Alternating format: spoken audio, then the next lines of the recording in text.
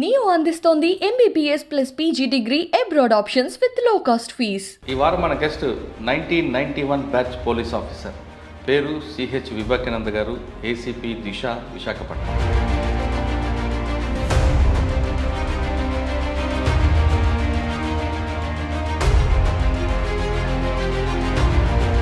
'91 బ్యాచ్లో మీరు వచ్చారు.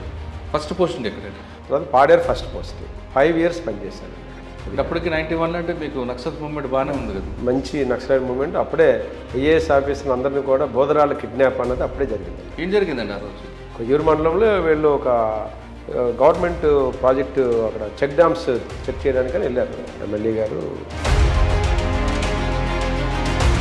ఓకే, పాడేరు నుంచి భీమిలి, అక్కడి నుంచి భీమిలి వచ్చారండి. రోడ్డు యాక్సిడెంట్స్ విపరీతం, మర్డర్ కేసులు, రేప్ కేసులు, ఇంకా పబ్లిక్ కంప్లైంట్ బాక్స్ అని ఒక కొత్తగా ఒక బాక్సులు న్యూ కాన్సెప్ట్ తయారు చేసి ప్రతి కాలేజీల దగ్గర, ఎందుకంటే చాలామంది సెల్ ఫోన్లో కూడా కంప్లైంట్ ఇవ్వడానికి ఇష్టపడేవారు కాదు. తెలిసిపోతుంది, నెంబర్ ఐడెంటిటీ ఉంటుందని పిల్లలంతా అమ్మాయిలు భయపడేవారు.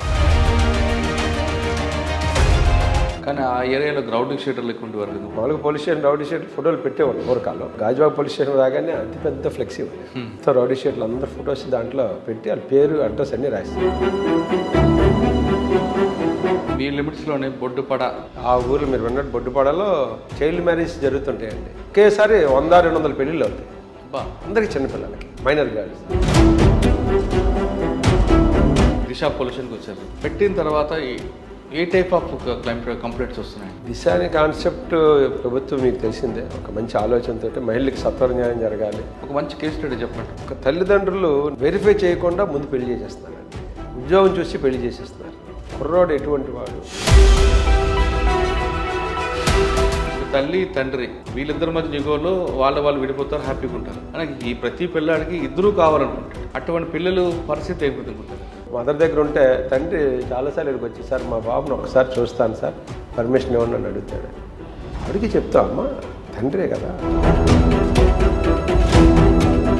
రోడ్డు మీద స్కూల్కి వెళ్తూ ఉంటే కారులో వెళ్తున్నాడు, చూశారు. ఆ పాప చూసింది, డాడీ కార్ అని చెప్పి అక్కడ నుంచి ఉంది. పాపని తండ్రే కదా. ఆపేడు, కాసేపు మాట్లాడాడు. వెంటనే వాడు పోలీస్ స్టేషన్కి వచ్చింది. నా భర్త ఇక్కడ ఇంత చెప్పినా సరే మళ్ళీ నా కూతురుతో రోడ్డు మీద మాట్లాడి చాక్లెట్లు ఇచ్చాడు, kidnap చేయబోయాడు.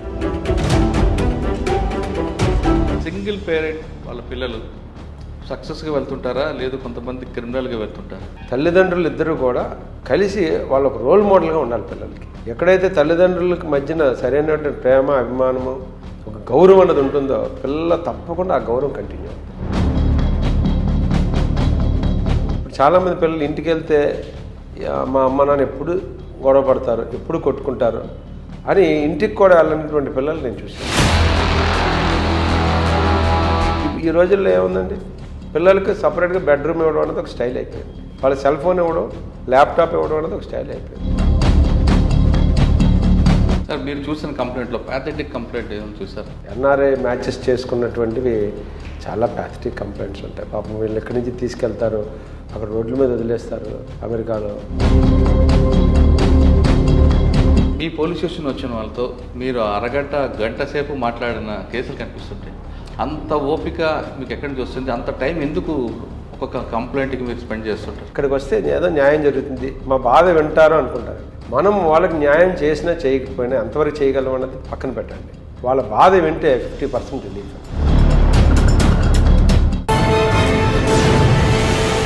Welcome to crime diaries. ఈ వారం మన గెస్ట్ 1991 బ్యాచ్ పోలీస్ ఆఫీసర్, పేరు CH వివేకానంద గారు, ACP దిశ, విశాఖపట్నం. ఆంధ్రప్రదేశ్ ప్రభుత్వం బాధిత మహిళలకి ఎవరికి సత్వర న్యాయం చేయడానికి దిశ అనే ఒక పోలీస్ స్టేషన్ ప్రత్యేక ఏర్పాటు చేయడమే కాకుండా వెంటనే వాళ్ళకి న్యాయం చేయాలనేది దిశ పోలీస్ స్టేషన్ ఒక ముఖ్య ఉద్దేశం. బాధిత మహిళలు పోలీస్ స్టేషన్కి వచ్చిన వెంటనే వాళ్ళకి చిరునవ్వుతో పలకరించి వాళ్ళని కూర్చోబెట్టి వాళ్ళతో మాట్లాడాలి, వెంటనే వాళ్ళకి జరిగిన అన్యాయానికి వెంటనే న్యాయం చేకూర్చాలనేది ఆంధ్రప్రదేశ్ ప్రభుత్వం చాలా ప్రతిష్టాత్మకంగా తీసుకున్న దిశ. విశాఖపట్నంలో ఎలా జరుగుతుంది, విశాఖపట్నంలో ఏ తరహా కేసులు ఎక్కువగా వస్తుంటాయి, భార్యాభర్తల మధ్య చిన్న విభేదాలతో వచ్చిన తర్వాత ఆ కుటుంబం విడిపోతే ఆ పిల్లలు ఎలాంటి ఇబ్బందులు ఎదుర్కొంటారు అని కేస్ స్టడీస్ని వివేకానంద గారు చూశారు. ఆయన దగ్గరకు వచ్చిన వాళ్ళని కేసులు కట్టి అరెస్ట్ చేసి కాకుండా కౌన్సిలింగ్ ద్వారా చేసి ఆ కుటుంబాన్ని కలపడంలో ఆయనకు ఒక స్టైల్ ఉంది. ఇది ఏ తరహా నేరాలు వస్తున్నాయి దిశ పోలీస్ స్టేషన్కి? ఎక్కువగా భార్యాభర్తల విభేదాలకి యుగో ఫీలింగా, లేదు ఇరు పక్షాలున్న అత్తామామల యొక్క ఒత్తిడా అనే విషయాన్ని ఆయన తెలుసుకుంది. సార్ నమస్తే అండి. నమస్తే అండి. సార్, దిశ పోలీస్ స్టేషన్, దిశ అనేది ఏ రాష్ట్రం లేదు కానీ ఆంధ్రప్రదేశ్లో మహిళలకి భద్రత కల్పించడానికి, బాధిత మహిళలకి న్యాయం చేయడానికి ఇది ఒక ప్రత్యేక పోలీస్ స్టేషన్ పెట్టారు. సరదాగా అన్ని పోలీస్ స్టేషన్లో 498 కేసులు అవుతుంటే దానికి క్లబ్గా చేస్తుంటారు. కానీ దీన్ని ఎక్స్క్లూజివ్గా పెట్టి వెంటనే న్యాయం చేయాలి, వాళ్ళకి కౌన్సిలింగ్ చేయాలి, వచ్చిన వాళ్ళని హాస్పిటల్స్ కూడా మంచిగా చూపించాలి అనేది, పిల్లలకు వచ్చిన వాళ్ళ ఫీడింగ్ ఇవన్నీ కూడా పెట్టారు. సాధారణంగా వచ్చే 490 కేసులు ఈగో ఫీలింగ్తో నీకు కనిపిస్తుంటాయండి. భార్యాభర్తల మధ్య చిన్న ఈగో వస్తుంది, ఆ ఈగో హట్ చేసుకొని దీనికోసం వస్తుంటారు. మీ దగ్గరికి విశాఖపట్నం దిశలో మీ దగ్గరికి వచ్చిన కేసుల్లో ఈగో ఫీలింగే కాకుండా ఇంకా వేరే కారణాలు కనిపిస్తుంటాయా? వచ్చిన వాళ్ళకి మీరు ఏ విధంగా కౌన్సిలింగ్ చేస్తుంటారు? సంవత్సరంలో ఎన్ని కేసులు ఇక్కడ వస్తుంటాయి? మీరు చేసిన తర్వాత రీయూనియన్ అయ్యే సంఘటనలు ఎదురవుతుంటాయా? ఈ ప్రశ్నల సమాధానం చెప్పే ముందు సిహెచ్ వివేకానంద గారు బై ఛాయిస్ ఇందులోకి వచ్చారా, బై ఛాన్స్ పోలీస్ డిపార్ట్మెంట్కి వచ్చారా? నా పేరు వివేకానంద అండి. నేను 1991 బ్యాచ్ సబ్ ఇన్స్పెక్టర్గా రిక్రూట్ అయ్యాను. నేను ఇందులో పనిచేయడానికి నేను చాలా గర్వపడుతున్నాను. ముఖ్యంగా నాకు యాక్చువల్గా ఇంజనీర్ అవ్వాలన్నది కోరిక. అనుకోకుండా ఇందులో ఇంజనీరింగ్ చదవలేదు, డిగ్రీ చదివాను, ఎంబీఏ చేస్తుండగా జాబ్ వచ్చింది. I'm very happy. ముఖ్యంగా ఏంటంటేనండి, మీరు అనుకున్నట్టుగా ఈ దిశ పోలీస్ స్టేషన్ కూడా నేను యాక్చువల్గా సార్ దిశ పోలీస్ వెళ్ళే ముందు 91 బ్యాచ్లో మీరు వచ్చారు. ఫస్ట్ పోస్టింగ్ ఎక్కడండి? ఆ 91 బ్యాచ్లో సెలెక్ట్ అయిన తర్వాత నేను హైదరాబాద్లో ట్రైనింగ్ అండి నాది. అయిన వెంటనే నర్సీపట్నంలో ట్రైనింగ్ చేశాను. తర్వాత పాడేరు ఫస్ట్ పోస్టింగ్ 5 years పనిచేశానండి అక్కడ. పాడేరు ఫస్ట్ పోస్టింగ్లో 5 years పనిచేసిన. అప్పటికి 91 అంటే మీకు నక్సల్ మూవ్మెంట్ బాగానే ఉంది కదా? మంచి నక్సలైట్ మూవ్మెంట్. అప్పుడే ఐఏఎస్ ఆఫీసర్లు అందరినీ కూడా బోధరాల కిడ్నాప్ అన్నది అప్పుడే జరిగిందండి. బోధరాల కిడ్నాప్ జరిగినప్పుడు నేను పాడేరు ఎస్ఐని, మా పిఓ గారిని కిడ్నాప్ చేశారు, దాసరి శ్రీనివాసులు గారని కలెక్టర్గా చేశారు. అప్పుడు అక్కడ ఆయన ప్రాజెక్ట్ ఆఫీసర్. ఏం జరిగిందండి ఆ రోజు? అది బోధరాలని కొయ్యూరు మండలం అండి. అది యాక్చువల్గా నా పోలీస్ స్టేషన్ పరిధి కాదు. కొయ్యూరు మండలంలో వీళ్ళు ఒక గవర్నమెంట్ ప్రాజెక్టు అక్కడ చెక్ డ్యామ్స్ చెక్ చేయడానికని వెళ్ళారు. ఎమ్మెల్యే గారు, మా పిఓ గారు అందరూ కూడా. ఆ టైంలో అక్కడ వాళ్ళు అనుకోవడం క్రాస్ అవడంతో వీళ్ళందరూ కూడా ముందే ప్రోగ్రామ్ ఉంది కాబట్టి వాళ్ళకి తెలిసి ఉండొచ్చు మరి ఎలా జరిగింది అన్నది.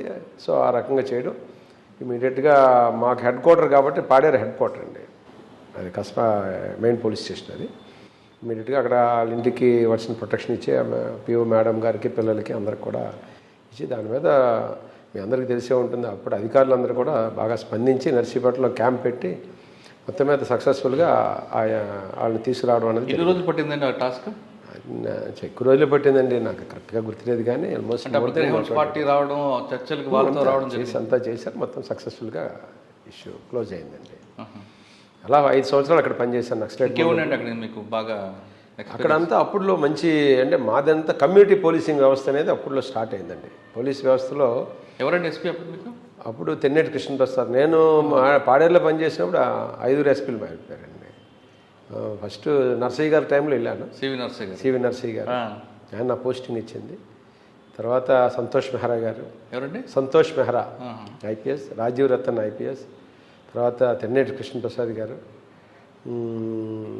తర్వాత రాజేంద్రనాథ్ రెడ్డి గారు, ప్రజెంట్ మా డీజీపీ గారు, మా కుటుంబ పెద్ద. ఆ సారు నన్ను అక్కడ 5 సంవత్సరాలు పూర్తయ్యేటప్పటికి ఇన్నాళ్ళ నుంచి చేశారు. నన్ను ఆయన తీసుకొచ్చి నెక్స్ట్ పోస్టింగ్ భీమిలీలో ఇచ్చింది సార్. సార్ 5 సంవత్సరాల్లో కలెక్టర్ కిడ్నాప్తో పాటు ఇంకా బాగా గుర్తుండిపోయి ఎక్స్చేంజ్ ఆఫ్ ఫైర్స్ అవ్వడం కానీ? ఎక్స్చేంజ్ ఆఫ్ ఫైర్స్లో నేను పెద్ద పార్టిసిపేట్ చేయలేదు. అప్పుడులో కమ్యూనిటీ పోలీసింగ్ వ్యవస్థ అనేది ఎక్కువగా ఉండేదండి. అంటే 310 ప్రోగ్రామ్ అని ప్రజలకి పోలీస్ వ్యవస్థ బాగా చేరువ అవ్వడం కోసం ఎక్కువగా ప్రోగ్రామ్స్ ఆర్గనైజ్ చేసేవాళ్ళం. ఎక్కువ ప్రోగ్రామ్స్ ఆర్గనైజ్ చేసేవాళ్ళం. ఈ 310 ప్రోగ్రాంలో ఏంటంటే మెడికల్ క్యాంప్స్ ఎక్కువ పెట్టేవాళ్ళం అండి. ఒక దగ్గర గ్రీవెన్స్ సెల్ ఉండేది, ఒక దగ్గర ఈ కళాకారుల బృందం అని మాకు ఒక బృందం ఉంది విశాఖపట్నం రూరల్ జిల్లాలో. వాళ్ళు ఈ మావోయిస్ట్ వైపు వెళ్లకుండా ప్రజల్ని చైతన్యవంతం చేసేవాళ్ళు. ఇలా 310స్లో 3 ప్రోగ్రామ్స్ కంటిన్యూ రన్ అయ్యేవండి. సో ఎంత ఖర్చు అయినా సరే మెడికల్ అక్కడ మొత్తం డాక్టర్స్ 15 మంది డాక్టర్స్ని తీసుకొచ్చి ఎంటైర్ గిరిజనులందరికీ కూడా మేము ఫ్రీ ట్రీట్మెంట్, మెడిసిన్స్ ఇచ్చేవాళ్ళం. అదైన తర్వాత అది కొన్నాళ్ళు ఆ స్కీమ్ రన్ అయిందండి. మళ్ళీ ఆఫీసర్ మారిన తర్వాత సంతోష్ మెహ్రా గారు వచ్చిన తర్వాత నెక్స్ట్ ఈయన వచ్చారండి, తెన్నటి కృష్ణప్రసాద్ గారు. ఆయన ఏరియా పొల్యూషన్ స్కీమ్ అని పెట్టి ఆయన కూడా ఆ సార్ కూడా కొన్ని ప్రోగ్రామ్స్ ఆర్గనైజ్ చేసి మేము రిమోట్ ఏరియాలోకి మమ్మల్ని ఎక్కువగా మూవ్ చేసి టెరిటోరియల్ అడాప్షన్ స్కీమ్ అని ఒక స్కీమ్ పెట్టారు. ఏదండి? టెరిటోరియల్ అడాప్షన్ స్కీమ్ అంటే ప్రతి పోలీస్ ఆఫీసర్ ఒక ఏరియాని అడాప్ట్ చేసుకుని అక్కడ ప్రజలతో మంచి సత్సంబంధాలు కలగడం, వాళ్ళకి కావాల్సినటువంటి డ్రై ఫిష్ అంటే ఏదైతే ఏజెన్సీలో దొరకదో మెడిసిన్స్, వాళ్ళకి కావాల్సినటువంటి అన్ని నీడ్స్ని మేము అటెండ్ అయ్యేవాళ్ళం. ఆ రకంగా వాళ్ళకి దగ్గర అయ్యేవాళ్ళం. మంచి సమాచారం అన్నీ తీసుకుని అలాగూ ఆ ప్రజల్ని ఆ యొక్క మావోయిజం నుంచి దూరంగా తీసుకురావడానికి ఒక మంచి ప్రయత్నాలు అయితే అప్పుల్లో జరిగినాయి. అప్పుల్లో అయితే ఇన్సిడెంట్స్ ఏం జరగలేదు. నేనున్న 5 సంవత్సరాల్లో పాడేరులో అయితే ఏ ఇన్సిడెంట్స్ ఏం లేవండి. అందులో అప్పటికి రవాణా సౌకర్యం అప్పుడు ఎలాగుందండి? అప్పుడేముందండి, అంతా నడిచి విశాఖపట్నం. మాకు ఏదైనా ఒక మర్డర్ కేసు కానీ ఏదైనా కేసు అయితే బై వాక్ వెళ్ళాల్సిందేనండి. ఒక్కొక్కరు ఇప్పుడు సలుగు కక్కని ఉండేవి, అక్కడికి వెళ్ళాలంటే ఆల్మోస్ట్ 10 hours నడవాల్సి వచ్చేది. హెడ్ క్వార్టర్ నుంచి వెళ్ళాలంటే? హెడ్ క్వార్టర్ నుంచి పాడేరు నుంచి, నేను పాడేరు నుంచి కాదు మన జిల్లా హెడ్ క్వార్టర్ రావాలంటే 3 hours అండి మినిమం 3 hours. పాడేరు బస్సులోనే వెళ్ళేవాళ్ళం అండి. అప్పుడు మాకు వెహికల్స్ కూడా లేవు కదా. రోడ్డు బాగుండేది. మేము 3 to 4 hours పట్టేదండి బస్సు. అక్కడ మీకు బాగా ఎదురుపడి ఆయన కోసం మీకు టార్గెట్ ఎవరండి? అప్పుడు టార్గెట్ నక్సల్స్ ఎవరు ఉండేవారు? ఉండే నంబాల కేశవరావు గారు. ఆ కేశవరావు ఇంకా అప్పుడు అంతా బాగా తిరిగేదండి. అప్పుడు మాకు అరకు దళం ఉండేది, చాలా జీ మోడల్ అని మేజర్ దళాలన్నీ ఉండేవండి. బట్ హెడ్ క్వార్టర్ ఎస్ఐగా నాకు అంత అవకాశం ఎప్పుడు రాలేదు. నేను ఏరియా పొలిసింగ్ ఒక ఏరియా నాకు ఇప్పుడు లంబసింగ్ అనే ఏరియా నాకు అడాప్షన్ ఏరియా అండి. వారానికి నెలకి 15 రోజులు అక్కడ ఉండేవాడిని. అప్పుడు అవుట్ పోస్ట్ ఉండేది లంబసింగ్లో. 15 రోజులు అక్కడ ఉండేవాడిని, 15 రోజులు పోలీస్ స్టేషన్ ఉద్యోగం చేశాను. సార్ అడవిలో వాతావరణం బాగున్నా ఒకనొక దశలోనే అనిపించిందా ఎందుకురా ఈ పోస్టింగ్ తీసుకున్నారని? లేదండి, ఫ్రెష్గా వచ్చాం కదా, ఛాలెంజింగ్గా ఉండేది. ఫ్రెష్గా మాకు కూడా కొత్త యువరక్తం, ఫస్ట్ టాస్క్లు ఏదో చేయాలనే ఇది. అప్పుడు అంతా ఆఫీసర్స్ కూడా బాగా సపోర్ట్ ఉండేదండి. అక్కడ ఏజెన్సీలో పనిచేసిన వాళ్ళకి మంచి సపోర్ట్ కూడా ఉండేదండి. ఆఫీసర్స్ బాగా ఇచ్చేవాళ్ళు. ఓకే, పాడేరు నుంచి భీమిలి? అక్కడి నుంచి భీమిలి వచ్చానండి. మన సారు నన్ను అక్కడ ట్రాన్స్ఫర్ చేశారు. ఓకే, భీమిలిలో 3 years చేశాను. అంటే భీమిలిలో ఏముంటుందండి క్రైమ్? భీమిలిలో అప్పుడు హెవియెస్ట్ పోలీస్ స్టేషన్ అండి. ఈ రోజున మధురవాడ, భీమిలి ఈ ఏరియా అంతా ఒకటే పోలీస్ స్టేషన్ అండి. ఇక్కడ జూ దగ్గర స్టార్ట్ అయితే భోగాపురం దాకా ఒకటే పోలీస్ స్టేషన్. చాలా హెవీ క్రైమ్. అన్నీ కూడా భీమిలికినా? హెవీ క్రైమ్ ఉండేదండి. ఏముండేవండి? ఇంకా రోడ్డు యాక్సిడెంట్స్ విపరీతం సముద్రంలో. ఇంకా మర్డర్ కేసులు, రేప్ కేసులు, ఇంకా ఒకటేనేం కాదండి, హార్ట్ కేసులు, ల్యాండ్ డిస్ప్యూట్స్ అన్నీ అప్పటి నుంచి ఉండేవాడి. Land dispute I'm talking about 98. Bheemili నుండి విశాఖపట్నంకి అప్పుడు రోడ్డు అప్పుడప్పుడే ఉంది. అప్పుడు హైవే వేస్తున్నారండి. అప్పుడు హైవే వేయడం మూలంగానే ఎక్కువ రోడ్డు యాక్సిడెంట్లు అవుతుండేవండి. మాకు తెలిసి మేము వెళ్ళేటప్పటికి డెడ్ బాడీ అంతా కూడా క్రష్ అయిపోయి ఉండేది, ఏముండేది కాదు. రన్ అవర్ ఎక్కువ అయిపోతుండే night time road. Sir Bheemili beach ఆ ప్రాంతం అంతా ఎంజాయ్ చేశారు అప్పుడు? ఎంజాయ్ చేయడమే ఉందండి. అప్పుడు బీచ్లో కూడా ఎక్కువ డెడ్ బాడీస్ తేలుతూనే ఉండేవి. అదొక ఎక్స్పీరియన్స్ అండి. It's good experience. Sir Bheemili తర్వాత అక్కడి నుంచి కోటపాడు వెళ్ళానండి. కే కోటపాడు అక్కడ 2 years చేశాను. అక్కడే ఉందండి క్రైమ్? అక్కడేమి ఉండదండి, ఈడ్జర్ మండల పోలీస్ స్టేషన్. అప్పుడు నాకు కాలు మొత్తం మల్టిపుల్ ఫ్రాక్చర్స్ అండి, ఇరిగిపోయింది అనమాట. ఎందుకు? ఇక్కడ భీమిలీలోనే వస్తూ ఉంటే బుల్లెట్ మించి పడిపోయాను. నైట్ డ్యూటీ చేసి నదట్లో పడిపోయాను. పడిపోతే కాలు ఇరిగిపోయింది మొత్తం. ఫిబియా బోత్ ఫ్రాక్చర్. అప్పుడు ఆ పోలీస్ స్టేషన్ సెలెక్ట్ చేసి అక్కడ 2 years రెస్ట్. తర్వాత అక్కడి నుంచి గోపాలపట్నం వచ్చి గోపాలపట్నం సిటీ, సింహాచలం. అక్కడి నుంచి 1 town. 1 town నుంచి ఓఎస్ ఇన్స్పెక్టర్గా ఇంటెలిజెన్స్కి వెళ్ళిపోయాను. ఏదంటే ఓఎస్ ఇన్స్పెక్టర్గా ఇంటెలిజెన్స్కి వెళ్ళాను. సరే, ఎస్ఐ వరకు మీకు గోపాలపట్నం ఈ ప్రాంతంలో గుర్తున్నాయి మంచి కేసులు? ఉంటాయండి. కేసెస్ అంటే రొటీన్ కేసెసేనండి, పెద్ద ఎక్స్ట్రాడినరీగా. భీముల్లో మంచి కేసులు ఉంటాయి, మర్డర్ కేసులు అవన్నీ కూడా ఎక్స్ట్రాడినరీ కేసులు ఉండేవి. మిగతా అంతా రొటీన్ కేసెస్. భీమిల్లో గుర్తున్న కేసు ఉందండి? సరే, ఇన్స్పెక్టర్గా ఇంటెలిజెన్స్. అక్కడి నుంచి ఇంటెలిజెన్స్ చేసిన తర్వాత మల్కాపురం చేశానండి. మల్కాపురం తర్వాత ఇప్పుడు ఈ కొత్తగా ఇక్కడ మధురవాడ పోలీస్ స్టేషన్ స్టార్ట్ చేశాం. పిఎంపాలో ఫస్ట్ ఇన్స్పెక్టర్ నేనే. మధురవాడ ఫస్ట్ SHO, జీవో వచ్చిన తర్వాత ఇక్కడ ఫస్ట్ ఇన్స్పెక్టర్ చేశాను. ఇక్కడ అయిన తర్వాత హార్బర్ చేశాను. Harbour inspector. అది అయిపోయిన తర్వాత విశాఖపట్నం రూరల్ స్పెషల్ బ్రాంచ్ ఇన్స్పెక్టర్గా వెళ్ళిపోయాను. అక్కడికి వెళ్ళిపోయాను. అక్కడి నుంచి గాజువాక్ వచ్చానండి. మళ్ళీ గాజువాక్లో చేస్తుండగా ప్రమోషన్ డిఎస్పీగా వచ్చింది 2014. అచ్చా సార్, గాజువాకలో ఉన్నప్పుడు ల్యాండ్ డిస్ప్యూట్స్, సివిల్ మ్యాటర్లు ఎక్కువ అక్కడ ఉండేవండి. అక్కడ మంచి సెన్సేషన్ కేసెస్ ఉండేవండి. అక్కడ కూడా మంచి కేసెస్ చేసాము. అక్కడ కూడా మీకు గుర్తున్న కేసు చెప్పగలరా? అండి కేసెస్ అంటే అక్కడ మర్డర్ కేసు లాట్లో ఒక సెన్సేషన్ కేసు అండి అది. ఇంకా కేసు ప్రజెంట్ కోర్టులో ఉంది. మరి పూర్తి వివరాలు చెప్పడం అంత కరెక్ట్గా. ఎవరండి ఇప్పుడు కమిషనర్ గారు? శివధర్ రెడ్డి గారు అండి. శివధర్ గారు. శివధర్ రెడ్డి సార్ అప్పుడు అప్పుడులోనే పబ్లిక్ గ్రీవెన్స్ సెల్ అని మనం పోస్ట్ బాక్స్ లాగా ప్రజలకి పోలీస్ చేరువ అవ్వాలని ప్రతి జంక్షన్లో కూడా ఒక పోస్ట్ బాక్స్ లాంటిది పబ్లిక్ కంప్లైంట్ సెల్ అని బాక్స్ అని పీసీబీ పబ్లిక్ కంప్లైంట్ బాక్స్ అని ఒక కొత్తగా ఒక బాక్సులు న్యూ కాన్సెప్ట్ తయారు చేసి ప్రతి కాలేజీల దగ్గర అలాగే స్కూల్స్ దగ్గర జంక్షన్లో పెట్టేవాడిని. పెట్టి ఎవ్రీడే సాయంత్రం కానిస్టేబుల్ వెళ్ళి అన్ని లాక్ ఓపెన్ చేసి, ఎందుకంటే చాలామంది సెల్ ఫోన్లో కూడా కంప్లైంట్ ఇవ్వడానికి ఇష్టపడేవాడు కాదు. తెలిసిపోతుంది, నెంబర్ ఐడెంటిటీ ఉంటుందని. కాలేజీల్లో మెయిన్ ఇచ్చేవాడు కాదండి. పిల్లలంతా అమ్మాయిలు భయపడేవాడు. అందుకని పీసీబీస్ అని అది పెట్టాము. పెడితే అందులో వాళ్ళు నేమ్ లేకపోయినా కంప్లైంట్ బాక్స్లో వేస్తే డైలీ ఈవినింగ్ మా beat constable, patrolling constable, blue colts constable తీసుకొచ్చేవాడు. అవన్నీ ఎంటర్ చేసి దాని మీద ఇమీడియట్గా అటెండ్ అయ్యి అప్పుడు సుధారెడ్డి గారి సమక్షంలో అదంతా ఒక ప్రోగ్రామ్ ఇనాగ్రేట్ చేసాం. సార్ ఆ బాక్స్లో మంచి వాల్యుబుల్ ఇన్ఫర్మేషన్ ఎప్పుడు వచ్చేదండి. మంచి అంటే అది ఏ టైప్ ఇన్ఫర్మేషన్ మేము అడిగేవాళ్ళం. నాట్ ఓన్లీ ఈవ్ టీజింగ్ అని కాకుండా బ్యాడ్ ఎలిమెంట్స్ సొసైటీకి ఇబ్బంది పెట్టేవాళ్ళు పెడితే దాంతోపాటు వాళ్ళ టీచర్స్ మీద కూడా చాలామంది పిల్లలు రాసేవాళ్ళండి. ఎందుకు అంటే ఆ టీచర్స్ బిహేవియర్, వాళ్ళు పాఠాలు చెప్పే విధానం, వాళ్ళు పిల్లల పట్ల ఒక్కొక్కసారి వాళ్ళు చూపించే పాజిటివ్ నెగిటివ్ యాటిట్యూడ్స్ కూడా వాళ్ళు అందులో రాసేవాళ్ళు. బయటికి కంప్లైంట్గా చెప్పకపోయినా చాలా వాళ్ళ అభిప్రాయాలు చాలా బోల్డ్గా రాసిస్తుండేవాళ్ళు.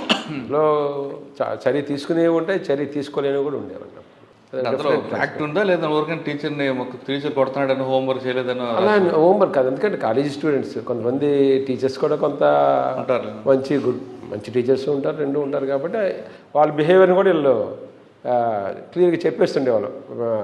ఎందుకంటే పేరేమి ఉండేది కాదు కాబట్టి దాన్ని మనం వెరిఫై చేసేవాళ్ళం. వాళ్ళు రాశారన్నంత మాత్రాన మనం వాళ్ళు తప్పుగా కాకుండా వెరిఫై చేసి ఇఫ్ ఇట్స్ ఎ ఫ్యాక్ట్ మనం కౌన్సిలింగ్ చేసేవాళ్ళం. అది కాదు అనిపిస్తే మనం ఇంకేమనేవాళ్ళం. కానీ ఆ ఏరియాలో రౌడీ షీటర్లు ఎక్కువ ఉండేవారు కదా వాళ్ళు. ఎవరండి మీకు గాజువాక్లో ఫస్ట్ టైం రౌడీ షీటర్ల తాలూకా ఏదైనా సరే 1x1 feet ఫొటోస్ తోటి మామూలుగా పోలీస్ స్టేషన్ రౌడీ షీటర్ ఫోటోలు పెట్టేవాళ్ళు. పూర్వకాలం పెద్ద ఫ్లెక్సీ పెట్టేసేవాళ్ళు అండి. మా గాజువాక్ పోలీస్ స్టేషన్ రాగానే అతి పెద్ద ఫ్లెక్సీ ఉండేది. మొత్తం రౌడీ షీట్లు అందరు ఫొటోస్ దాంట్లో పెట్టి వాళ్ళ పేరు అడ్రస్ అన్నీ రాసేవాడు. వాళ్ళు కౌన్సిలింగ్ చేసినప్పుడు కూడా అదే చెప్పేవాడిని. ఎందుకంటే మీ పిల్లలు చదువుకుంటున్నారు ఉంటారు, అందరూ ఉంటారు బాబు, మీరు ఈ ఫొటోస్ ఇక్కడ పెట్టడం మూలంగా మీ పిల్లల మీద ఎఫెక్ట్ ఎక్కువగా ఉంటుంది. మీరు యాక్టివిటీస్ మానండి, మంచిగా ఉండండి, కేసులు లేకుండా ఉంటే మేమే తీసేస్తాం. అలాగూ కౌన్సిలింగ్ చేస్తే కొంతమంది మారారు. వాళ్ళు తీసేయడం. రౌడీ షీటర్ మరి ఎక్కువ అయిపోయి ఒక మర్డర్ కేసు కూడా ఇరుక్కుంటాడు కదండి. ఒక అమ్మాయిని తీసుకువెళ్ళి నీ టైంలో జరిగింది కాదండి.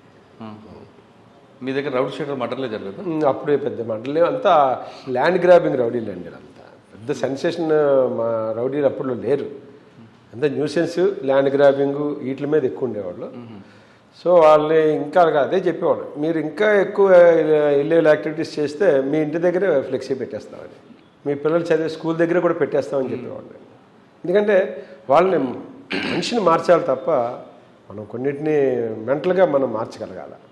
ఫిజికల్గా మార్పు కంటే మానసికంగా మారినప్పుడే సక్సెస్ రేట్ ఎక్కువ ఉంటుంది.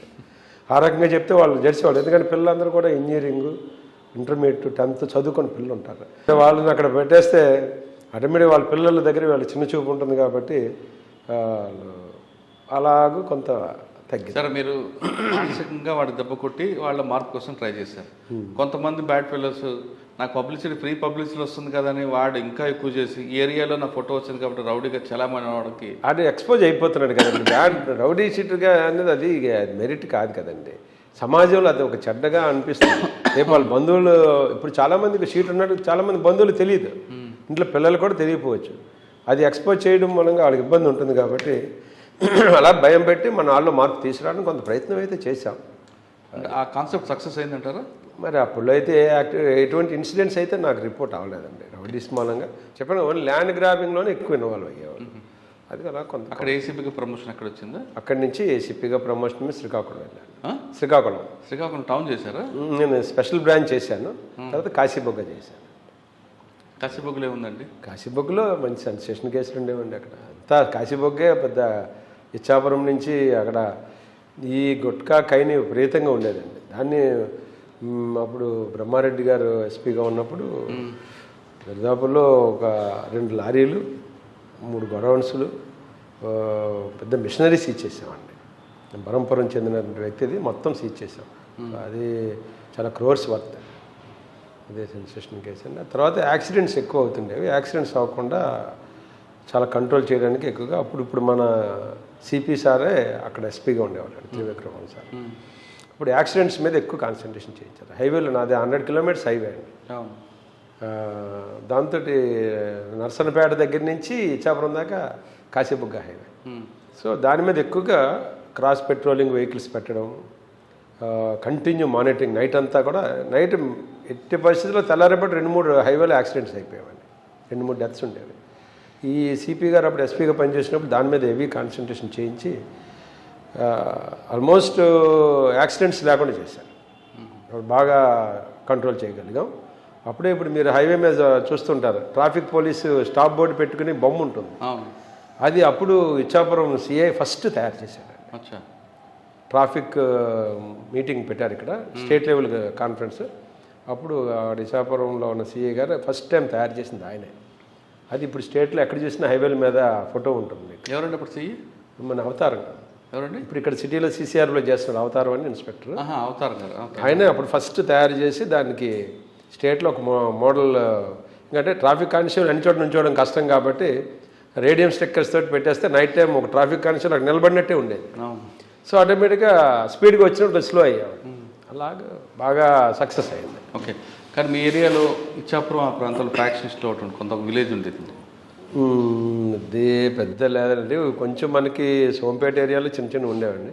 అప్పుడు ఎక్కువగా ఈ భవన్ పోర్ట్ గురించి గొడవలు ఎక్కువగా జరుగుతుండేవి. పోర్ట్ అయితే అప్పటికి స్టార్ట్ అవ్వలేదు, కానీ సర్వే ల్యాండ్ ఎక్విజిషన్ ఉండేది కాబట్టి గొడవలు ఎక్కువ ఉండేవి. తర్వాత ఇక్కడ కొంచెం మర్డర్ కేసులు, రేప్ కేసులు అలాంటివే తప్ప పెద్ద సెన్సేషన్ కేసులు ఏమి ఉండేవి. ఓకే. కానీ మీ లిమిట్స్లోనే బొడ్డుపడ ఉండేదండి. బొడ్డుపడ ఇక్కడ ఎఫెక్టెడ్ కదా ఏరియా. అక్కడ సానుభూతి పనులు చాలా ఉడికి ఉన్నారండి.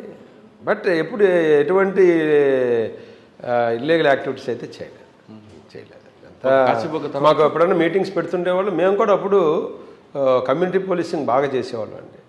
మాకు జిల్లాలో కూడా ఎక్కువ కమ్యూనిటీ పోలీసింగ్ బాగా చేసేవాడిని. చేసినప్పుడు మెడికల్ క్యాంప్స్ ఆర్గనైజ్ చేయడం.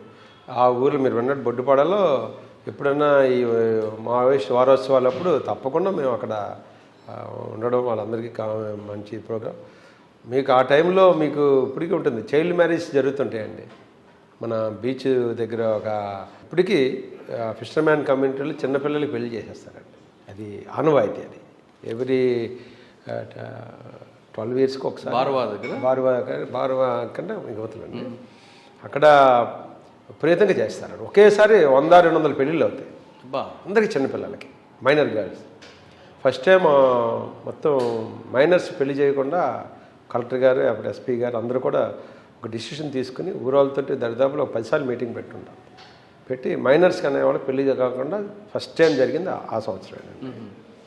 అందరికి కూడా కలెక్టర్ గారు, ఎస్పీ గారు ప్రతి జంటకి పట్టుబట్టలు, పట్టుచీర మా డిస్ట్రిక్ట్ అడ్మినిస్ట్రేషన్ తరఫు నుంచి ప్రతి ఇంటింటికి వెళ్ళి ఇచ్చేవాడు. మేళ తాళాలు తెచ్చాం. అంటే వాళ్ళకు ఒక మోటివేషన్ చేసాం. మా మాటని చైల్డ్ మ్యారేజెస్ ఆపగలిగాం కాబట్టి వాళ్ళకి పెళ్ళైన అందరికీ మేజర్స్కి చేసి ఆధార్ కార్డు సెక్యూర్ చేసి పెద్దలతో కౌన్సిలింగ్ చేసి ఆ గ్రామ కట్టుబాటుని ఫస్ట్ టైం బ్రేక్ చేశారంట.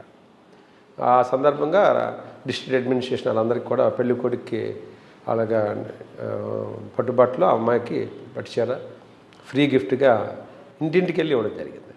ఒక మేజర్ చేంజ్ శ్రీకాకుళం. కాశీబుగ్గ తర్వాత అండి అక్కడి నుంచి నేను విజయవాడ డీజీపీ ఆఫీస్లో పనిచేశాను. విజయవాడ డీజీపీ ఆఫీస్లో. ఓకే. అక్కడి నుంచి అనంతపూర్ బెటాలియన్స్ చేశాను. అనంతపూర్ బెటాలియన్స్ తర్వాత మళ్ళీ ఇక్కడికి దిశ వచ్చాను. అంటే రాష్ట్రం మొత్తం తిరిగేశారు. ఓకే, దిశ పొల్యూషన్కి వచ్చారు. దీని కాన్సెప్ట్ అన్నది మీకు అందరూ కొట్టిన పిండి, గవర్నమెంట్ మంచి ఉద్దేశంతో పెట్టిన తర్వాత ఏ టైప్ ఆఫ్ కంప్లైంట్స్ వస్తున్నాయండి? దిశ అనే కాన్సెప్ట్ ప్రభుత్వం మీకు తెలిసిందే, ఒక మంచి ఆలోచనతో మహిళలకు సత్వర న్యాయం జరగాలి, వాళ్ళకి ఇమీడియట్గా వాళ్ళు రిలీఫ్ అన్నది ఉండాలి, వాళ్ళకి ప్రొటెక్షన్ ఉండాలని పెట్టిన కాన్సెప్ట్. దీంట్లో ఇప్పుడు మీరు జనాల దిశ అనగానే కూడా ఒక విధమైనటువంటి నమ్మకం అన్నది క్రియేట్ అయిందండి, రాష్ట్రం మొత్తం మీద కూడా అయింది. ఇంకా నేనే చూస్తున్నాను, మీరు ఎక్కడ అంటే దిశ ఏసీపీ అనగానే దిశలో చేస్తున్నారా అనేటువంటి ఆ దిశ అనేటువంటి ఆ నామినిక్లేచర్, ఆ పేరు బ్రాండ్ అనేది ప్రజల్లో ఆల్మోస్ట్ గ్రౌండ్కి వెళ్ళిపోయిందండి. మీకు పోలీస్ స్టేషన్లో కంప్లైంట్ ఇవ్వడం కంటే దిశకి వెళ్ళి ఇద్దాము అనేటువంటి ఆలోచన పబ్లిక్లో వచ్చిందంటే ఆ పేరు అంతగా ప్రజల్లోకి వెళ్ళింది. సో ఇక్కడ రకరకాలుగా వస్తుంది. కంప్లైంట్ వస్తుంటాయండి రోజుకి వస్తాయండి, 15-20 దాకా వస్తాయండి. మినిమం 10 to 20 కంప్లైంట్స్ ఉంటాయండి. అంటే వాళ్ళు చెప్పే రీజన్ కరెక్ట్గా ఉంటుందండి, లేదా చిన్న చిన్న ఇష్యూస్గా అవుతారా, లేదా ఈగో ఫీలింగ్ ఎక్కువ వస్తుంటాయి? మెయిన్ ఇప్పటికి నేను వచ్చి 9 months అవుతుంది. 9 monthsలో చూస్తే మెయిన్ భార్యాభర్తల మధ్యన ఈగో అన్నది ఎక్కువ ఉందండి, ప్రాపర్ అండర్స్టాండింగ్ లేదు. ఆ ఈగో అన్నది పక్కన పెడితే 50% ప్రాబ్లమ్ సాల్వ్ అయిపోతుంది. ఒక మంచి కేస్ స్టడీ చెప్పండి. అంటే కేస్ స్టడీస్ అంటే పేర్లు రివీల్ చేయకుండా చెప్పండి. పేర్లు రివీల్ చేయకుండా అంటే వాళ్ళు ఇప్పుడు చాలామంది ఉన్నారండి. వాళ్ళు ఒకటి వాళ్ళ భార్యాభర్తల మధ్యన ఎక్కువగా ఏంటంటే ఒక తల్లిదండ్రులు, నేను ఒకటే చిన్న ఎగ్జాంపుల్ చెప్తాను, వెరిఫై చేయకుండా ముందు పెళ్లి చేసేస్తున్నారండి.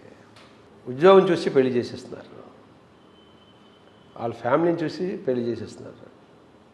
కుర్రోడు ఎటువంటి వాడు, క్యారెక్టర్ ఏంటి అనేది, వాళ్ళ తాలూకా బిహేవియర్ ఏంటి అన్నది ఎవరు అబ్జర్వ్ చేయట్లేదండి. అలాగే ఎన్ఆర్ఐ సంబంధాలు వస్తే అమెరికా సంబంధం వచ్చింది, లేకపోతే లండన్ సంబంధం వచ్చిందని చేసేస్తున్నారు తప్ప ఆ కుర్రోడిని అక్కడ వెరిఫై చేయట్లేదు. అసలు ఆ కుర్రోడు ఎక్కడ పనిచేస్తున్నాడు, ఏ కంపెనీలో పనిచేస్తున్నాడు, స్టేటస్ ఏంటి, వాళ్ళ ఫ్యామిలీ బ్యాక్గ్రౌండ్ ఏంటి, కుర్రోడు కొన్ని ఫ్రెండ్స్ ఏంటి, అసలు వెరిఫికేషన్ ఉండలేదు. మీకు ఒకటే గుర్తుపెట్టుకోవాలి సార్, ఏంటంటే జనరల్గా ఒక చిన్న ఎగ్జాంపుల్ చెప్తాను. ఒక భర్త భార్యకు ఒక 5 లక్షలు ఇచ్చి మంచి బంగారం కొనుక్కోమంటే, వస్తువు కొనుక్కోమంటే ఆ భార్య ఏం చేస్తుంది? కొనుక్కుంటుంది. ఎలా కొనుక్కుంటుంది? బంగారం కొనుక్కుని డబ్బులు ఇచ్చాడు కదా, ఇచ్చారు, ఎలా కొనుక్కుంటుంది? ఆమె కనీసం ఆ వస్తువు కొనుక్కోవడానికి ఆ షాప్కి వెళ్ళినాక ఒక 10 రకాల వస్తువులు చూస్తుంది. ఆ మెడకి పెట్టుకుని అద్దంలో చూసుకుని సూట్ అయిందా లేదని వెరిఫై చేస్తుంది. అవునా? అక్కడ నచ్చకపోతే ఇంకో షాపు, అక్కడ నచ్చకపోతే ఇంకో షాపు, దరిదాపుల్లో ఒక వస్తువు కొనుక్కోవడానికి 10 షాపులు తిరుగుతారు. తిరుగుతారా? అవునా కదా? ఒక షాప్లోకి వెళ్ళిన తర్వాత ఒక వస్తువుని కాదు కదా, అక్కడున్న ఆల్మోస్ట్ వాళ్ళు 2 hours కావచ్చు, ఒక పూట కావచ్చు, ఒక రోజన్నా పట్టవచ్చు ఆ వస్తువు ఫైనలైజ్ చేయడానికి. మరి 5 లక్షల రూపాయలు పెట్టి ఒక వస్తువుకి మీరు అంత ఆలోచించినప్పుడు కూతురు జీవితంకి ఎంతసేపు ఆలోచించాలండి? ఎన్ని వెరిఫికేషన్స్ చేయాలి? ఎంతమంది చేస్తున్నారు? ఏదో అంటే అది జీవితం, ఇది వస్తువు కదా. అంటే మీరు జీవితానికి అంత తక్కువ ఇంపార్టెన్స్ టైం లేదు కదా. ఇవ్వాలండి. మన కూతురు జీవితం సార్. అంటే అండి, నా అల్లుడు అమెరికాలో ఉంటాడు, నాకు ఎన్ఆర్ఐ, వాడి ఫ్యామిలీ బ్యాక్గ్రౌండ్ బాగుందంటాడు, వాడికి నెలకి 25 లక్షలు 80 లక్షల ప్యాకేజ్ ఉంది. మరి ఎందుకు ఫెయిల్ అవుతుంది? ఎందుకు ఫెయిల్ అవుతుంది? అల్లుడు మంచోడు కాదు, అల్లుడు మంచోడే, అల్లుడు తరఫు అమ్మా నాన్న మంచోళ్ళు కాదు, ఆడబిడ్డ. అదే కదా వెరిఫికేషన్, అదే కదా వెరిఫికేషన్. అంటే మీరు ఒక వస్తువుకి ఇచ్చిన ఇంపార్టెంట్ కూతురి జీవితం. వస్తువు టెంపరీ సార్, కూతురి జీవితం. ఆ వస్తువు పోతే ఇంకో వస్తువు కొనుక్కోవచ్చు, లేదు నచ్చకపోతే మార్చి ఇంకోటి తీసుకోవచ్చు. భర్తను మార్చలేము కదా. అల్లుడు కూతురి జీవితం చాలా ఇంపార్టెంట్ కదండి. ఇది కనీసం 60-70 సంవత్సరాల తాలూకు జీవితం. ఇంకా నేను అంటానంటే వెరిఫై చేయండి, డెప్త్గా వెరిఫై చేయండి. మ్యాట్రిమోనీ ద్వారా చేసుకోండి, పెద్దల సమక్షంలో చేసుకోండి. ఎందుకంటే పూర్వకాలం ఉన్నటువంటివి ఉమ్మడి కుటుంబాలు ఇప్పుడు లేవు. ఇప్పుడు మైక్రో ఫ్యామిలీస్. మరి ఉమ్మడి కుటుంబాల్లో ఉంటే కనీసం చెప్పగలిగిన వ్యక్తి కుటుంబంలో ఉంటాడు. ఈ భార్యాభర్తలు గొడవ పెడితే అట్లీస్ట్ సరిదిద్దేటువంటి పెద్దలు ఉన్నారు. ఇప్పుడు ఉన్నారా? మైక్రో ఫ్యామిలీస్ వచ్చిన తర్వాత మరి అటువంటప్పుడు మనం ముందే వెరిఫై చేసుకోవాలంటాను, నా రిక్వెస్ట్. అది వెరిఫై చేసుకుని ఇక అయినా సరే వెరిఫై చేసాం సార్, అన్నీ చేసాం, అయినా తేడా వచ్చిందంటే అది దాన్ని మనం ఏం చేయలేం. కర్మ సిద్ధాంతం అనకూడదు, కానీ అది దాన్ని మనం ఏం చేయలేమండి. అది కాబట్టి సార్ మీ దగ్గర వచ్చిన కేసుల్లో ఎక్కువ రీజన్స్ ఏం కానీ ఇగో ఒకటి కాకుండా పెట్టి మేటలు కనిపిస్తుంటాయా లేదు రియల్గానే అత్త మా ఆడపడుచులు వేదిక ఉన్నాయండి. అటు ఒకటే పెళ్ళైన వెంటనే అమ్మాయి భర్తను తీసుకుని సపరేట్ కాపురం పెట్టాలనేది ఫస్ట్ కాన్సెప్ట్ కనిపిస్తుంది అండి. తల్లిదండ్రులకు అది బాధగా అనిపిస్తుంది. తల్లిదండ్రులకు అది బాధగా పెళ్ళి అయిపోయిన వెంటనే పిల్లం తీసుకెళ్ళిపోయింది అనే కన్న కొడుకుని ఎత్తుకెళ్ళిపోతే ఆవిడ ఫీల్ అవుతుంది కదా. అక్కడ పేరెంట్స్కి మెచ్యూరిటీ ఉండాలి. అక్కడ పేరెంట్స్కి మెచ్యూరిటీ ఉండాలి. రెండు, ఒక అమ్మాయి అమ్మని నాన్నని తమ్ముడిని చెల్లిని అక్కని ఆల్మోస్ట్ 25 సంవత్సరాల పాటు అదే ఫేసులు చూస్తుంది. పెళ్ళైన తర్వాత అత్తని కొత్త ఫేసులు చూస్తుంది. మరి ఆ ఫేసులు అడ్జస్ట్ అవ్వడానికి టైం పడుతుంది కదా.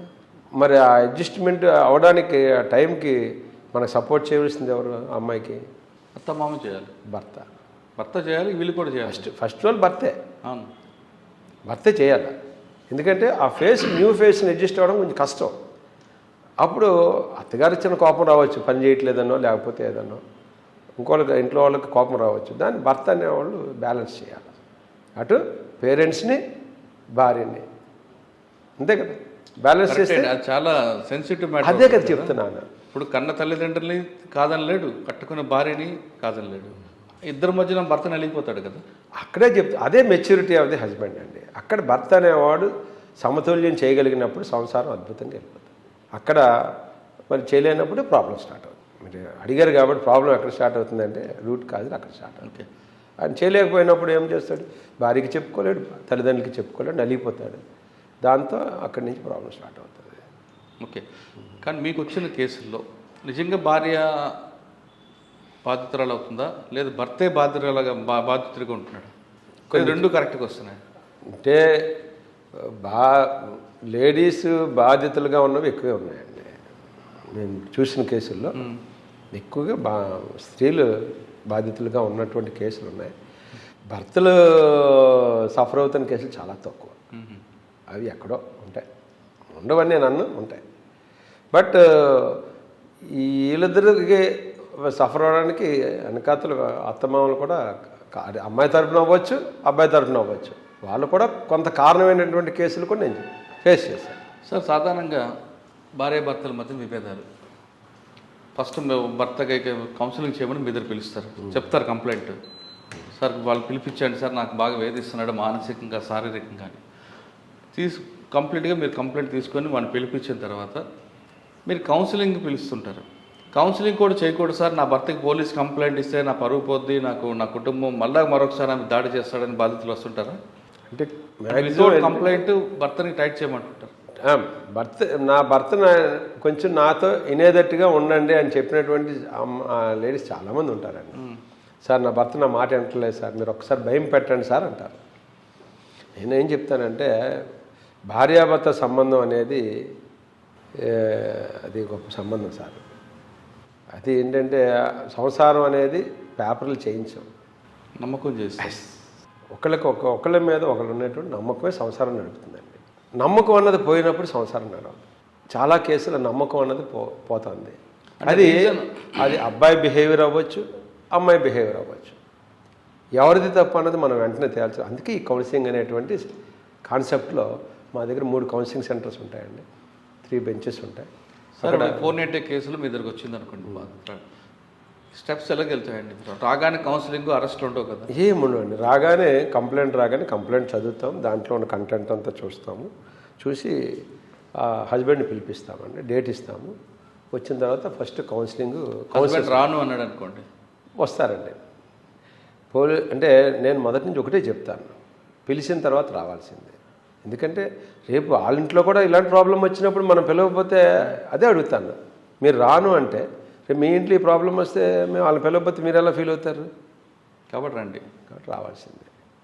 మరి అది కూడా మనం చేయలేకపోతే కష్టం కదా. వస్తారండి, నాకు తెలిసి 99% వస్తారు. ఆ 1% కూడా ఆ డేట్ కాకపోతే ఇంకో డేట్ని వస్తారు.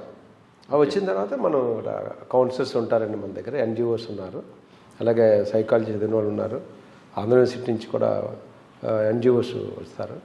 వాళ్ళు కౌన్సిలింగ్ వాళ్ళకి ఇస్తామండి. ఫస్ట్ వాళ్ళు కౌన్సిలింగ్ చేస్తారు, రెండో కౌన్సిలింగ్ చేస్తారు. చాలామంది సెటిల్ అయిపోతారండి. కొంచెం అంటే కౌన్సిలింగ్ చేసే విధానంలో కొంతమంది సెటిల్ అయిపోతారు. అక్కడికి అవ్వకపోతే 3-4 కౌన్సిలింగ్ తర్వాత ఎస్ఐ గారు సిఐ గారు చేస్తారు, నేను చేస్తాను. కొంతమంది డైరెక్ట్గా నా దగ్గరికి వస్తారు. దాన్ని బట్టి చూసుకుని నేను పలానా కౌన్సిలర్ దగ్గరికి వెళ్ళి చేయించమని చెప్తాను. అలా కాకుండా డైరెక్ట్గా నాకు కేసే కావాలని వచ్చినటువంటి లేడీస్ కూడా ఉంటారు. నాకు కౌన్సిలింగ్ వద్దండి, ఇంకా మా భర్త ఇప్పటికి చాలాసార్లు విసిగిపోయాను, ఐ వాంట్ ఏ కేసు అనేటువంటి డైరెక్ట్గా ఎఫ్ఐఆర్ అడిగిన వాళ్ళు కూడా ఉంటారు. అప్పుడు కేసు రిజిస్టర్ చేస్తాం. ఓకే, కేసు రిజిస్టర్ అయిన తర్వాత అరెస్టా లేదా 41A notice? 41A notice. Okay, ఇలా సుప్రీంకోర్టు గైడ్లైన్స్ని ఫాలో అవుతాం. సార్, ఈ కేసు కాకుండా పిల్లలు ఉంటారు, వాళ్ళకి అరెస్ట్ అయితే తండ్రి జైలుకి వెళ్తాడు, తల్లి పిల్లలతో దగ్గర ఉంటుంది. వాళ్ళిద్దరి మధ్య ఈగో ఇష్యూలో వీళ్ళిద్దరు విడిపోతారు. కానీ వీళ్ళిద్దరికి ఉన్న పిల్లలు వాళ్ళ పరిస్థితి గురించి ఆలోచిస్తుంటారు వాళ్ళ తల్లిదండ్రులు, వాళ్ళ జీవితం ఏమవుతుందని. చాలామంది తల్లి నాకు పిల్లలు నాకు ఇచ్చేసేయండి, నేనే పెంచుకుంటాను అంటుంది. తండ్రి నాకు ఇచ్చేయండి సార్, ఎవరితో నేను ఉండలేను, నా పిల్లలు నాకు అప్పచెప్పేయండి, ఆవిడతో నాకు సంబంధం లేదు, నా మీద కేసు కట్టండి, నేను జైలుకి వెళ్ళిపోతాను అనేటువంటి తండ్రులు కూడా మన దగ్గర ఉన్నారండి. కేసు కట్టేయండి సార్, నేను ఆవిడతో పడలేను, కేసు కట్టేస్తే మేము కోర్టులో చూసుకుంటాం, కానీ పిల్లలు నాకు ఇచ్చేయండి అంటాడు. బట్ లీగల్ కస్టోడియన్ మైనారిటీ ఉండేదాకా తల్లి కస్టోడియన్ కాబట్టి తల్లి దగ్గరే ఉంటారు వాళ్ళు. ఏదైనా ఉంటే కోర్టు ద్వారా పరిష్కారం చేసుకోమని చెప్తాను. కరెక్టే సార్. ఇటు తల్లి తండ్రి వీళ్ళిద్దరి మధ్య యుగంలో వాళ్ళు విడిపోతారు, హ్యాపీగా ఉంటారు. కానీ ఈ ప్రతి పిల్లాడికి ఇద్దరూ కావాలనుకుంటాడు, కన్న తల్లి తండ్రి ఇద్దరు ఉండాలనుకుంటారు. అటువంటి పిల్లలు పరిస్థితి ఏమవుతుంటుందంట?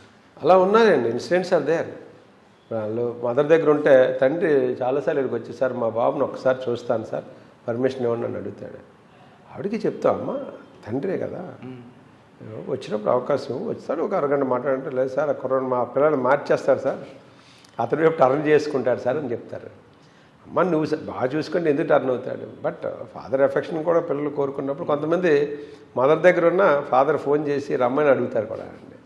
పాప అప్పుడు వెళ్ళడానికి అవ్వదు, బయట ఎక్కడో ఉంటాడు చూస్తాడు. మొన్న ఈ మధ్యన ఒక కేసు కూడా ఎఫ్ఐఆర్ కూడా రిజిస్టర్ చేసాము, బైండ్ అవుట్ చేయించాము. రోడ్డు మీద స్కూల్కి వెళ్తూ ఉంటే కారులో వెళ్తున్నాడు, చూశారు, ఆ పాప చూసింది, డాడీ కారు అని చెప్పి అక్కడ నుంచి ఉంది. పాప తండ్రి కదా, ఆపిపోయాడు, కాసేపు మాట్లాడాడు, వెంటనే వాడు పోలీస్ స్టేషన్కి వచ్చింది. నా భర్త ఇక్కడ ఇంత చెప్పినా సరే మళ్ళీ నా కూతురితో రోడ్డు మీద మాట్లాడి చాక్లెట్లు ఇచ్చాడు, కిడ్నాప్ చేయబోయాడు అని ఉంది. ఏమంటాం చెప్పండి? మనం మళ్ళీ అతను పిలిపించాను, సార్ రోడ్డు మీద ఇంటికి వెళ్ళొద్దు అన్నారు, వెళ్ళలేదు. రోడ్డు మీద స్కూల్కి వెళ్తే కనిపించింది, కన్న కూతురు సార్, నేను చూస్తే నేను అలా దిగాను సార్, 5 నిమిషాలు మాట్లాడాను, నా దగ్గర చాక్లెట్లోనే ఇచ్చాను సార్, అది తప్పు కాదు కదా అంటారు. అతని వెర్షన్ కరెక్టే, కానీ ఆమెకి ఇష్టం లేదు, ఆమె ఒప్పుకోలేదు. ఇంకొదిలేవా, ఆవిడకి ఇష్టం లేదు, నువ్వు కావాలంటే లీగల్గా కోర్టు నుంచి తెచ్చుకో అని చెప్పాము. అలా అటువంటి సంఘటనలు మీకు ఇది కాకుండా ఇద్దరు తల్లిదండ్రులు మీరు మాట్లాడుతుంటారు, మాకు ఇద్దరు కావాలి అని పిల్లలు ఎవరైనా ఏడ్చేవాళ్ళు ఉన్నారు ఇక్కడ చూసారా? అమ్మా నాన్న ఇద్దరు విడిపోవద్దని. అలా లేదండి ఇంతవరకు, ఎందుకంటే మన దగ్గరికి వచ్చేటప్పటికి పిల్లలు అంత మెచ్యూరిటీ లెవెల్స్ ఉన్న స్టేజ్లో రారు మన దగ్గరికి, చిన్నప్పుడే వస్తారు కాబట్టి పిల్లలు. కొంతమంది అసలు తండ్రి దగ్గర కూడా వెళ్ళని పిల్లలు ఉన్నారు, కొంతమంది అమ్మ దగ్గరికి వెళ్ళని పిల్లలు కూడా మేము చూసాం. నాన్నే కావాలి, నాన్నే సర్వస్వం అన్న పిల్లలను కూడా చూసాం. ఎందుకంటే తల్లి మీద అంటే ఆ తండ్రి పెంచిన విధానం అవ్వచ్చు, ఆయన చూపించిన ఎఫెక్షన్ అవ్వచ్చు. ఎప్పుడన్నా పిల్లలకి తండ్రి అంటే ఇష్టం ఉంటుందండి కొంతమంది, కానీ మదర్ భయం చెప్తుంది కాబట్టి భయం కొంచెం ఎలాగైనా కొంత డిస్టెన్స్ ఉంటుంది. తండ్రి ఏంటంటే ఎప్పుడో వస్తాడు, వచ్చిన అరగంట ముద్దుగా మాట్లాడి ముద్దు చూస్తాడు. మదర్ ఎప్పుడు ఇంట్లో ఉండి మంచి చెడు చెప్తుంది కాబట్టి పిల్లలు కొంచెం మదర్ అంటే భయం, నాన్నంటే ఇష్టం అన్నది కొన్ని చోట్ల ఉంటుంది అది. బట్ సర్వీస్లో సింగిల్ పేరెంట్ వాళ్ళ పిల్లలు సక్సెస్గా వెళ్తుంటారా, లేదు కొంతమంది క్రిమినల్గా వెళ్తుంటారా? ఎందుకంటే పేరెంట్ అఫెక్షన్ చెప్తారండి, సింగిల్ పేరెంట్ ఎప్పుడు కూడా, అంటే సింగిల్ చిల్డ్రన్ ఉన్నటువంటి పేరెంట్స్లో పిల్లల సైకాలజీ కొంచెం డిఫరెంట్గానే ఉంటుందండి. సింగిల్ చైల్డ్ ప్రాబ్లం ఎప్పుడు ఉంటుంది. నేను ఈ మధ్య కూడా 1-2 కేసులు చేసాం, కేసులు నమోదు చేశాము. కుర్రాడు ఒక కాలేజీ టాపర్, మరి చాలా టాపర్, కంప్యూటర్ సైన్స్ ఐఐటి స్థాయి ఉన్నటువంటి ఇన్స్టిట్యూట్లో చదువుకున్నాడు. పాపం వాళ్ళు ఇచ్చి పెళ్లి చేశారు, అమ్మాయి కూడా చక్కగా ఉంటుంది, చేశారు. పాపం ఒకడే కొడుకు, 4 సంవత్సరాలు అయింది, ఇద్దరికి అసలు ఏమీ లేదు. ఇంకా అమ్మాయి వెక్స్ అయిపోయి మొన్న కేసు రిజిస్టర్ చేయించుకుంది. మన కంప్లైంట్ ఇచ్చితే కేసు రిజిస్టర్ చేసాం అతని మీద. అతను ఎంతసేపు ఉద్యోగం గది వితిన్ 4 walls ఉంటాడు. వైఫ్ అనేటువంటి ఇది ఉండదు, వైఫ్తో కాసేపు మాట్లాడాలనే ఫీలింగ్ లేదంటాడు, ఏం పట్టించుకోడంటాడు. ఆ పేరెంట్స్ కూడా ఏం చేయలేని పరిస్థితి. అలా సింగిల్ చైల్డ్లో చాలా ప్రాబ్లమ్స్. మాకు వచ్చిన 5-6 కేసులు కొన్ని సింగిల్ చైల్డ్లోనే ఇబ్బంది పడ్డారు. అందరూ అలా ఉంటాను అనుకోవడానికి అవదు. సార్ మీరు చూస్తే నాకు మీ సర్వీస్లో అంటే ఇక్కడ దిశ కాకముందు మీరు కూడా లాండ్ ఆర్డర్ చేశారు కాబట్టి 490 కేసులు వస్తుంటాయి. భార్య భర్తల మధ్య విభేదాలు ఇదంతా. నాకు వీడు మారాడు సార్, వీడితో కాదు, నాకు విడాకులు ఇచ్చాను ఆవిడ అడగచ్చు, ఈమె మారదు, ఎంతసేపు తల్లి మాట వింటుంది, నన్ను పట్టించుకోవట్లేదు కాబట్టి నాకు వద్దు అని ఆయనే అనొచ్చు. అప్పటికే పిల్లలు ఉంటారు వాళ్ళు. ఆ విధంగా తల్లిదండ్రులు విడిపోయిన తర్వాత ఆ పిల్లల పెంపకం అనేది తల్లి దగ్గర ఉంటుంది. వాళ్ళ ఏజ్ వచ్చాక తండ్రి చూస్తాడు. ఈ గ్యాప్లో వాళ్ళకి తండ్రి లేడు కాబట్టి, తండ్రి ఎక్కడో ఉంటాడు కాబట్టి ఆ భయం అనేది ఉండదు. లేదా తల్లి కూడా పెంచలేక పోషించలేక నాన్న బాధలు పడుతుంటారు. ఆ తరహా అటువంటి వాతావరణం పెరిగిన పిల్లలు మంచి వ్యక్తులుగా వెళ్తుంటారా, మంచి పౌరులుగా ఉంటారా, లేదు ఇప్పుడు మనం చూస్తున్నట్లుగా నేరస్తులుగా మారే అవకాశం ఉందా?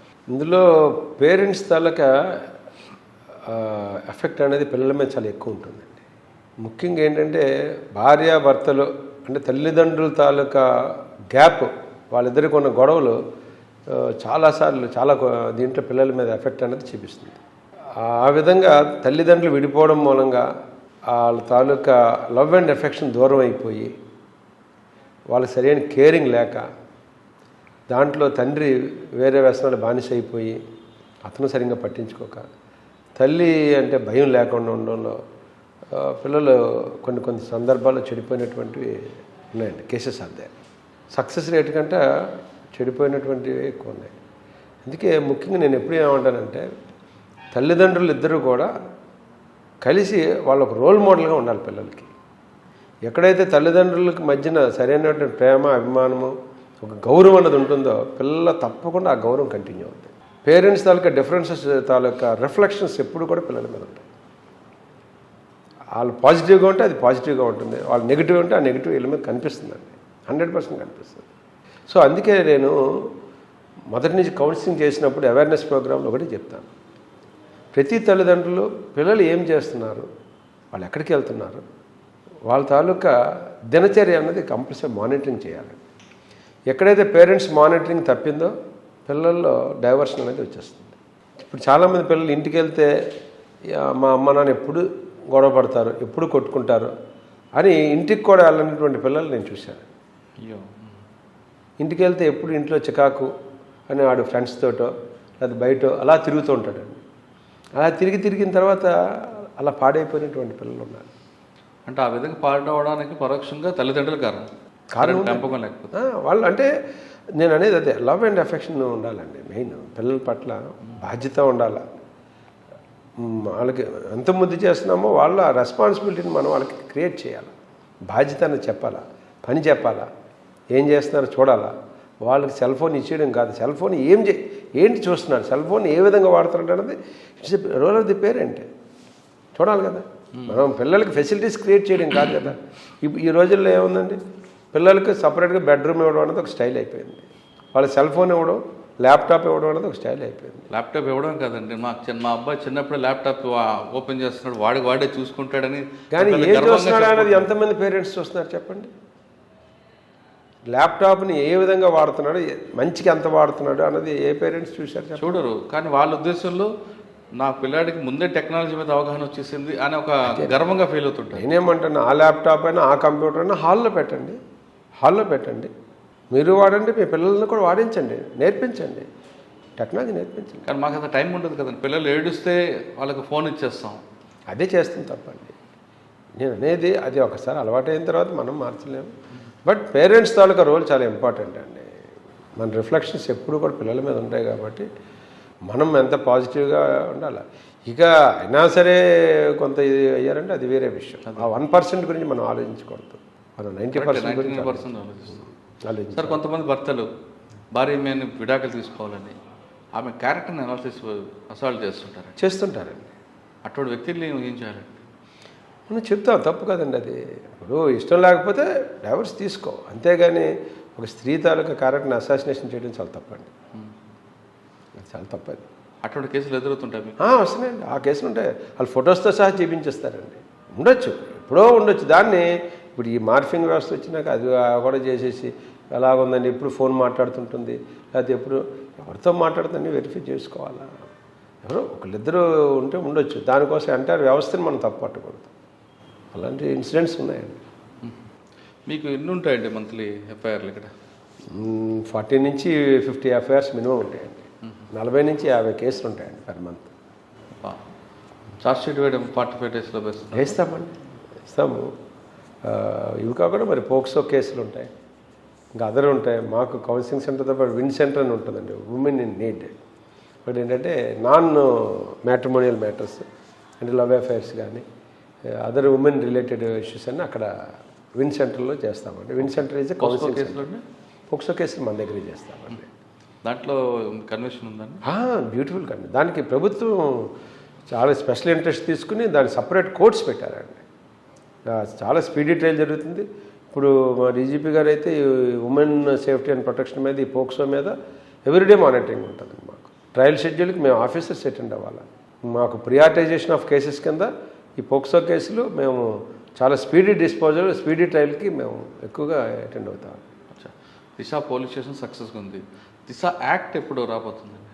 అది నేను ఇదే చెప్పలేనండి. అది దాని ప్రయత్నాలు జరుగుతున్నాయి, తప్పకుండా వస్తుందని ఆశిద్దాం. ఓకే సార్, దిశ మీ వెహికల్ కూడా ఎంతసేపు రీచ్ అవుతుంటాయి? మేము అంటే డిపెండ్స్ అపాన్ ది డిస్టెన్స్ అండి. షార్టెస్ట్ టైంలోనే మేము ఇంతవరకు అటెండ్ అవుతున్నాం. ఇప్పుడు మా ప్రజెంట్ సిపి గారు అయితే ఎవ్రీడే మానిటరింగ్ చేస్తారండి. ఏ వెహికల్ ఎంతసేపులో రీచ్ అయింది అనేది మార్నింగ్ మా కాన్ఫరెన్స్లో డైలీ రెగ్యులర్గా మానిటరింగ్ చేస్తారు. కంప్లైంట్ వచ్చిన ఎంతసేపులో వెహికల్ రీచ్ అయింది, పోలీసులు వెళ్ళారు అన్నది రెగ్యులర్ మానిటరింగ్ ఉంటుందండి. మ్యాక్సిమం ఒక దూరంగా ఉన్నటువంటి కొంచెం ఏరియా పెద్దదిగా ఉన్న చోట కొంచెం 10 to 15 minutes 20 minutes తీసుకోవచ్చు. కానండి సిటీ లిమిట్స్లో 5 to 10 minutesలోనే ఎక్కువ రీచ్ అవుతుంటాయి. సార్, మీరు చూసిన కంప్లైంట్లో ప్యాథెటిక్ కంప్లైంట్ ఏమైనా చూసారా? ఉన్నాయండి. పాపం ఎన్ఆర్ఐలు చాలా సఫర్ అవుతుంటారండి. ఎన్ఆర్ఐ మ్యాచెస్ చేసుకున్నటువంటివి చాలా ప్యాథెటిక్ కంప్లైంట్స్ ఉంటాయి. పాపం వీళ్ళు ఎక్కడి నుంచి తీసుకెళ్తారు, అక్కడ రోడ్ల మీద వదిలేస్తారు. అమెరికాలో అక్కడికి వెళ్ళిన తర్వాత వాళ్ళు సరిగ్గా పట్టించుకోరు, చాలా సఫర్ అవుతుంటారండి.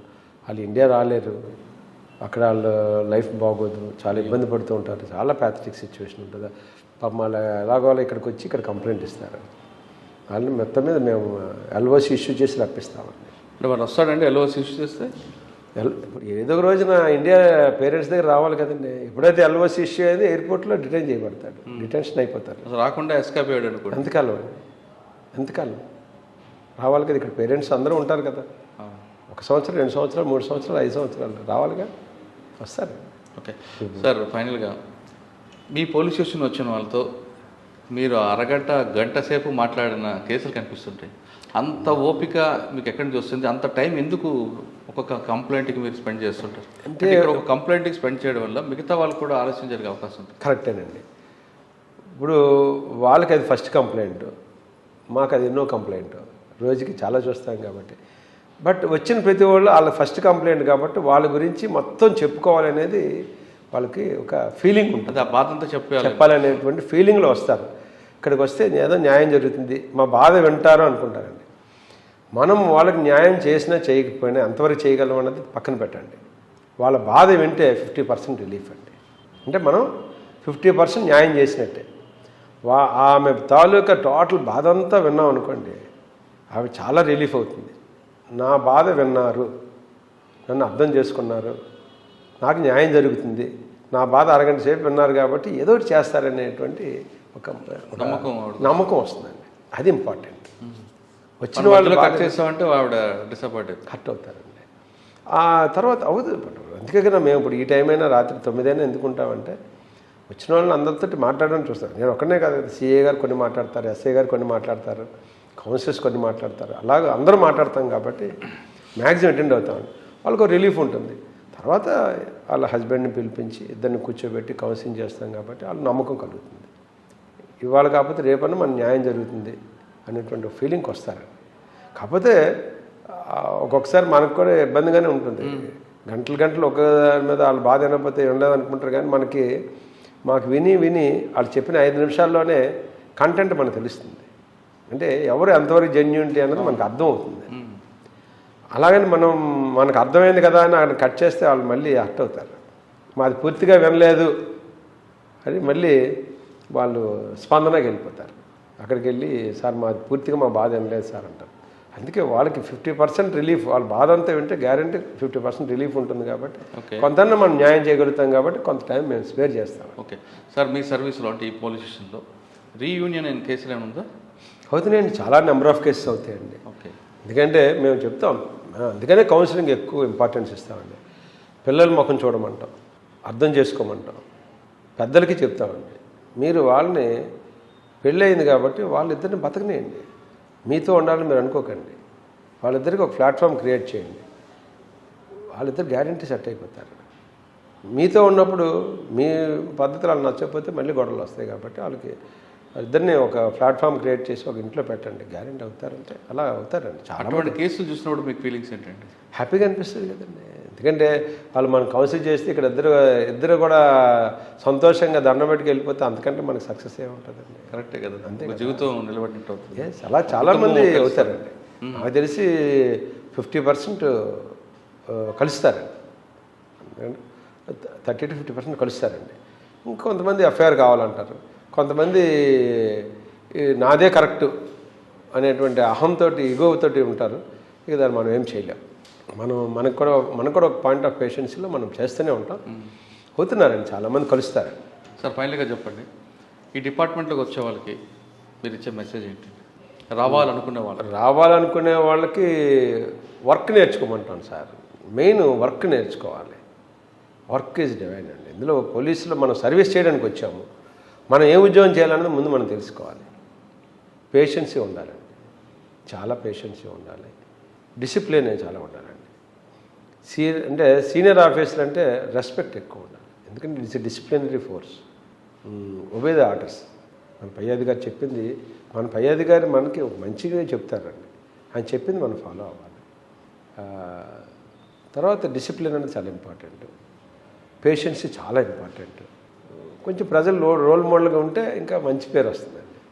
ఇవన్నీ చేయగలను అనుకున్నప్పుడు ఇందులోకి రావాలి. వేరే ఉద్దేశాలతో ఇందులోకి వస్తే కష్టం, నిలబడడం కూడా కష్టం అండి. ఎందుకంటే ఇప్పుడు కాంపిటీషన్ ఉంది. సో ఇవి ఇంపార్టెంట్ అండి. యువత అందరూ రావాలి, ఉమెన్ కూడా రావాల్సిన అవసరం ఎంతైనా ఉంది పోలీస్ డిపార్ట్మెంట్లోకి. కాకపోతే వచ్చినప్పటి నుంచి ఒక నిబద్ధతతో ఉద్యోగం చేస్తే సక్సెస్ అన్నది చూస్తాం. ఓకే, పోలీస్ డిపార్ట్మెంట్లోకి రావాలనుకున్న వాళ్ళకి కమిట్మెంట్, డిసిప్లైన్, ప్యాషన్ ఉంటే ఖచ్చితంగా రండి, ఇక్కడ మీరు అనుకుని సాధిస్తారంటున్నారు. లేదు మిగతా ఉద్యోగాల్లాగా ఒక టైం బాండ్ పెట్టుకోండి వెళ్తే మాత్రం, అంతేకాకుండా డబ్బులు ఇంక వేరే ఆశిస్తే ఈ డిపార్ట్మెంట్ సూటబుల్ కాదంటూ వివేకానంద గారు చెప్తున్నారు. ముఖ్యంగా తల్లిదండ్రులకి ఆయన ఇచ్చే మెసేజ్ చాలా వాల్యుబుల్ మెసేజ్. మీ ఇద్దరి మధ్యన విభేదాలతో విడిపోతే అటువంటి పిల్లలు ఒక పరిస్థితి చాలా అగ్గమ గోచరంగా ఉంటుంది. వాళ్ళ పిల్లలు నేరాలు బాట పడుతున్నారు అని ఆయన రికార్డ్స్ సహా చెప్తున్నారు. ఇది ఈ వారం వివేకానంద గారితో ఎక్సలెంట్ ఇంటర్వ్యూ. వచ్చే వారం మరొక మళ్ళీ కలుద్దాం. అంతవరకు నమస్తే. థ్యాంక్ యూ అండి.